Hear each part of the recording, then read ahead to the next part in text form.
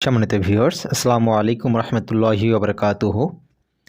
আজকে আমরা আলোচনা করব এই যে কোলরিজের একটা কবিতা, যেটার বাংলা হচ্ছে বুড়ো নাবিকের গান, অর্থাৎ আমরা সবাই জানি the rime of the ancient mariner.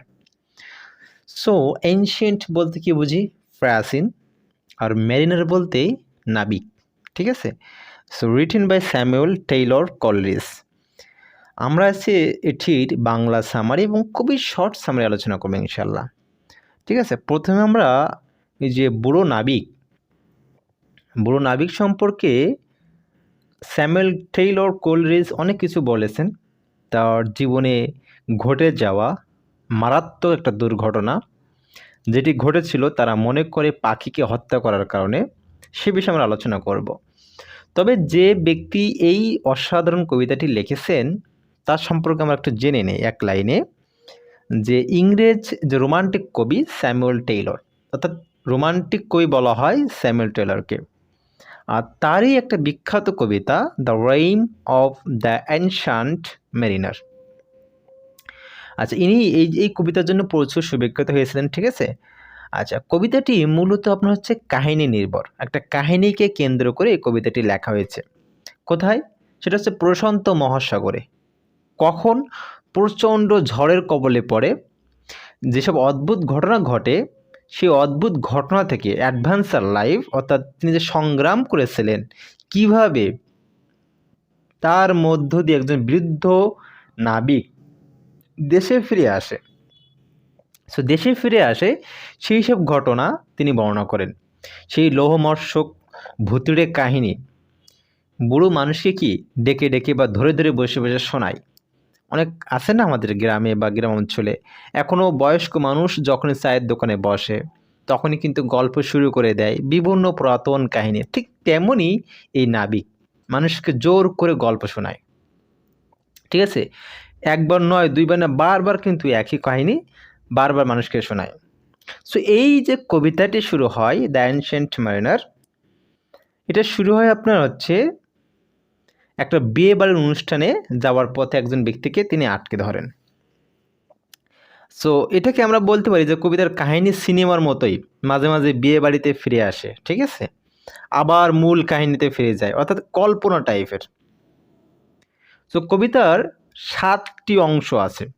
একটু দীর্ঘ হলেও এই কবিতাটি পড়তে গিয়ে আপনার হচ্ছে কোনো ক্লান্তি আসবে না, কারণ অসাধারণ ভাষা এবং অসাধারণ তার সৌন্দর্য। সো মূল কবিতা অন্তমিলে লেখা হলেও যে অনুদিত যে কবিতা কোনো ছন্দমিল আমরা পাই না। এখন এই কবিতাটি যদি আমি একটু সারাংশ আলোচনা করি, খুবই শর্ট, কারণ এর পূর্বে আমি ভিডিও দিয়েছিলাম, বাট সেইগুলোতে ব্যাকগ্রাউন্ড নয়েজ দেওয়ার কারণে খুবই বোরিং। সো আমি চাচ্ছি না সেই নয়েজময় আলোচনা আপনারা শুনুন, এই জন্য। সো এইখানে যে মূল একটা বিষয় সেটা হচ্ছে আপনার আলবাট্রোস বলে একটা পাখি আছে। সো এই আলবাট্রোস পাখিকে হত্যা করে ফেলে। সো এই যে নাবিক যারা থাকে এই আপনার জাহাজে, তারা সৌভাগ্য মনে করে, তো ওরকে মারার পরে মনে করে এই পাখিটিকে কেন আমরা মারলাম, এটার জন্য আমাদের দুর্ভাগ্য এখন বইতে হচ্ছে। সো এই আলবাট্রোস পাখি সম্পর্কে আমরা একটু আলোচনা করি, তাহলে মূল থিমটি বুঝতে পারবো, ঠিক আছে? তাহলে আমাদের জন্য কি হয়ে যাবে, খুবই ইজি হয়ে যাবে। এই আলবাট্রোস সম্পর্কে, মানে এই পাখি, ঠিক আছে, কারণ কি এই পাখিটি মারার পরেই কিন্তু আপনার হচ্ছে ওরা দুর্ভাগ্য নিজেদেরকে মনে করতো, বিপদ আসছে, ঝড় আসছে, ঠিক আছে, সেসব বিষয়ে যাব আমরা। সো এই আলবাট্রোস এই পাখি, এই সম্পর্কে প্রচলিত একটা প্রভাব আছে যে অ্যান অ্যালবাট্রোস অ্যারাউন্ড ইউর নেক, ঠিক আছে, যা মূলত ভয়ানক দুর্ভাগ্য বোঝাতে ব্যবহার করা হয়। সো আলবাট্রোস মূলত একটি হচ্ছে সামুদ্রিক পাখি, যাকে প্রাচীনকালে নাবিকরা সৌভাগ্যের প্রতীক মনে করত। সো তখনকার যেসব নাবিক ছিল তারা অধিকাংশ কুসংস্কারশূন্য, অর্থাৎ কুসংস্কার বিশ্বাস করত। তারা বিশ্বাস করত যে আলবাট্রোস মৃত নাবিকদের আত্মা ধারণ করে, ঠিক আছে? এই আলবাট্রোস এই পাখি যারা মৃত আত্মা, অর্থাৎ যেসব নাবিক মারা যায় তাদের আত্মা ধারণ করে, অর্থাৎ এই আলবাট্রোস হচ্ছে আপনার মৃত নাবিক। এবং জাহাজগুলোকে যে কোনো দুর্ভাগ্য থেকে এরা রক্ষা করে। যেহেতু আপনার হচ্ছে মারা গিয়েছে নাবিকরা, সেই নাবিক হচ্ছে পাখি হয়ে আসছে, আসার পরে অন্য নাবিকদেরকে কি করে, সাহায্য করে, এটা হচ্ছে বিশ্বাস। সো কিছু কিছু নাবিক আবার এটা মনে করতো না না না, এটা সৌভাগ্য না, এটা বরঞ্চ দুর্ভাগ্যের প্রতীক আমাদের জন্য। তারা ভাবতো যে আলবাট্রোস জাহাজের পিছু নিয়েছে, আর এই জাহাজের পিছু নেওয়া মানে কোনো না কোনো নাবিকের মৃত্যু হবেই। ঠিক আছে, এই আলবাট্রোস কাহিনী নেই কিন্তু অ্যানশিয়েন্ট ম্যারিনারের কাহিনী আমরা শুরু করব। যা হোক, সৌভাগ্যের হোক বা দুর্ভাগ্য হোক, আলবাট্রোস হত্যা করা ছিল নিষিদ্ধ সে সময়। কারণ সবাই বিশ্বাস করতো যে আলবাট্রোসকে হত্যা করলে জাহাজের ওপর কি আসবে, অভিশাপ নেমে আসবে।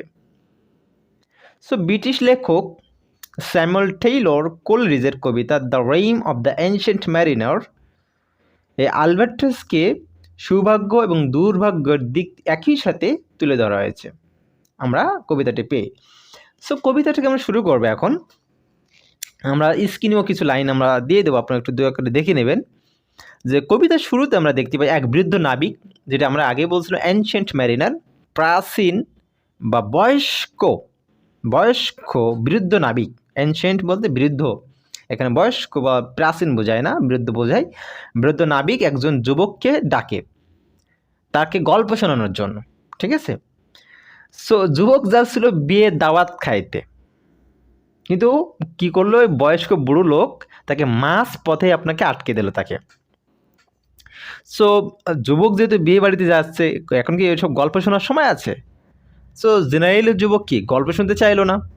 ঠিক আছে, কিন্তু এই যে নাবিকের যে চোখ, এখানে বলছে যে নাবিকের উজ্জ্বল চোখ দেখে যুবকটি আর না করতে পারে না, মানে তার চোখে আগ্রহ এত ফুটে উঠেছে যে যুবক মানে যে না করবে, ঠিক আছে ঠিক আছে আমি গল্প শুনবো না, আমার সময় নেই, আমি এখন একটা দাওয়াত খাতে যাচ্ছি, না, মানে তার আগ্রহ দেখে, তার চোখের যে চাঞ্চল্যতা দেখে। সো যেমন কিছু লাইন আছে প্রথমেই, the wedding guest sat on a stone he can not choose but hear and thus speak on that ancient man the bright eyed mariner. So বৃদ্ধ নাবিক তার গল্প শুরু করছেন কেমন, যে তার কোনো এক সমুদ্র যাত্রায়, সমুদ্রে তিনি কী করেছিলেন, যাত্রা করেছিলেন। এভাবে তিনি গল্পটা শুরু করেন। সেই যাত্রায় শুরুতে সমুদ্র ছিল খুবই শান্ত, আকাশ একদম পরিষ্কার ছিল এবং আবহাওয়া একদম অনুকূলে ছিল। হঠাৎ করে প্রকৃতি উত্তল হয়ে ওঠে।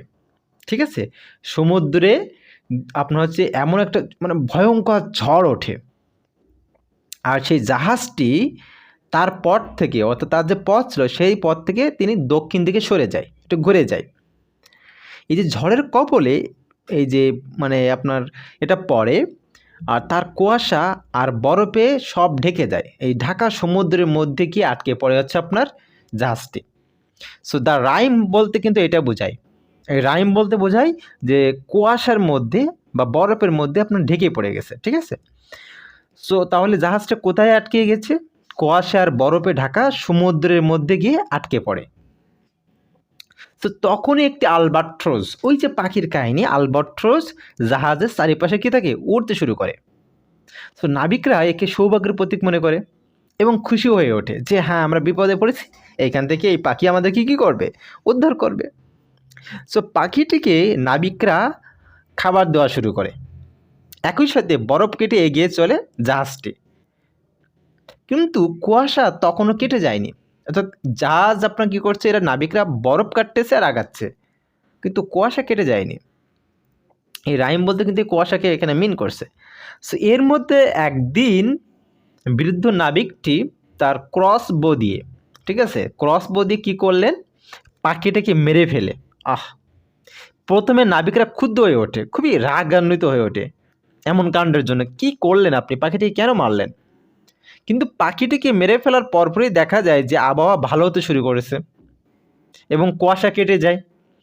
সো এতে নাবিকরা আবার তাকে বাহাবা দিতে থাকে। হ্যাঁ, প্রথমে ভাবলো যে আপনি পাখিটি কেন মারলেন, সো এটা আমাদের জন্য দুর্ভাগ্য হতে পারে। পরবর্তীতে দেখা যাচ্ছে যে আকাশ ভালো হয়ে গেছে। সো নাবিকরা আবার তাকে কি বললো, বাহ ঠিক আছে ঠিক আছে, ভালো কাজ করেছো তুমি, পাখিটা মেরেই আমাদের যে অলক্ষণ বা কুলক্ষণ সেটা কেটে গেছে।